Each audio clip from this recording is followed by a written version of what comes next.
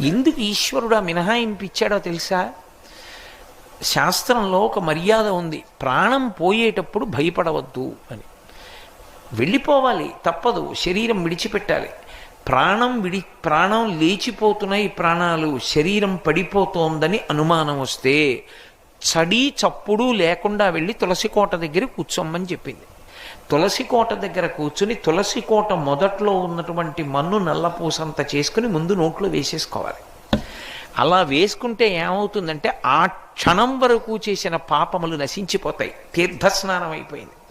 ఈ బ్రహ్మాండములలో ఉన్న సమస్త తీర్థముల యందు గురుంకులిడ్డాడు. ఇప్పుడు తులసి కోటను ఒకసారి ముట్టుకుంటాడు ఇలా చెట్టుని. ఎందుకో తెలుసా? యన్మూలే సర్వతీర్థాని యన్మధ్యే సర్వదేవతై. 33 కోట్ల మంది దేవతలు తులసి చెట్టు కొమ్మల మధ్యలో సూక్ష్మ రూపాలలో ఉంటారు. అందుకని తులసి చెట్టు మధ్య